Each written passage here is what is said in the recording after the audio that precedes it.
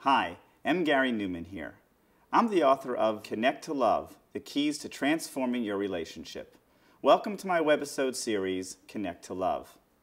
Today we continue talking to Linda and Peter. She had cheated on Peter. Today we're going to find out what happened when she told him and what made her tell him about the affair. We'll also learn what they did as a couple to get through it all.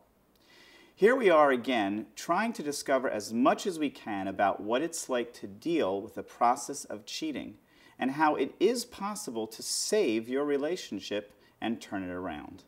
So the pastor had asked me if there was anything going on with me and this guy, and I said, no, there's not. And so he waited and asked me again. He said, so there is nothing going on with you and this guy. You're not having an affair. And again, I said no.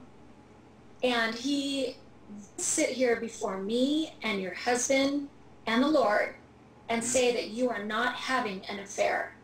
Wow. And at that point, I just broke down. And all of the guilt that I had not felt over all those months just came heaping down on me in that moment.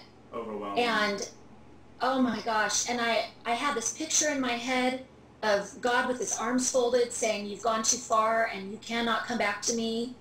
Oh. And at the same time, though, Peter was sitting next to me and he leaned over and he said, I am here for you. I am not going anywhere. And I just thought, oh my gosh. I mean, I just didn't feel deserving of that comment from him, you know? What was that moment like?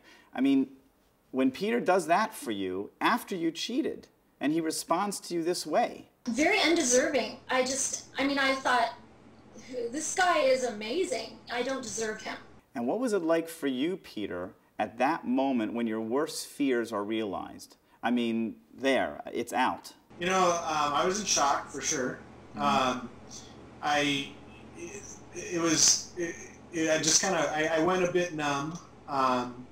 I knew, the one thing that I knew somewhere in the far reaches of my mind was that I loved Linda, and that, you know, that was kind of what kind of kept me, I guess, in balance somewhat. So, you know, a number of things happened at that point. Our pastor did something that I think was very smart. He basically secluded us. He actually sent us off to Arizona. We flew from California to Arizona. We wound up kind of in seclusion in a hotel room with nobody else but the two of us. I mean, he came out later and spent some time with us, but we had to confront things at that point, and we had no choice but to start communicating and to really start trying to figure out where we were. How were you ever going to trust her again? We started to learn, slowly but surely, we started to learn how to communicate. And that became the key element. We needed that tool in order for us to be able to regain trust.